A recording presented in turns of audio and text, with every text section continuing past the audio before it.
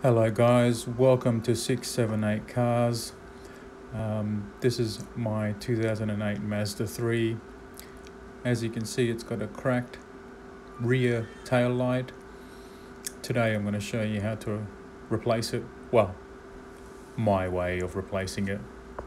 Again, I'm no mechanic or repair person, just a home job. These are the new lights I've got. Just used but genuine Mazda lights. So to start off, inside the rear boot are a couple of plastic holders, I suppose you could call them.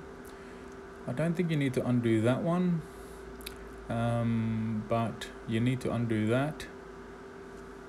And this is the first little plastic holder. Pull that out, pull that off, and then there's another plastic there that's got to come off, and then you get the light out. Once you pull the trim off, you can see there's two 10mm, I think they're 10mm or 12mm bolts, and then a couple of connectors, and then that's it. That's nothing, that plastic thing there. Okay, so now I've pulled out the headlight. As you can see there, it's pretty easy. Once you've got the two bolts off and the two electric connectors, it's pretty easy to pull out. That connector there is the last to come out. It squeezes in and eventually it comes out. Okay, it takes a little bit of a jerk, but it's good. I was able to hold onto that broken bit to pull it out. Actually made it a little bit easier, surprisingly. So if you look in here, that plastic connector had nothing to do with it. That just holds the rear bumper up. Okay guys,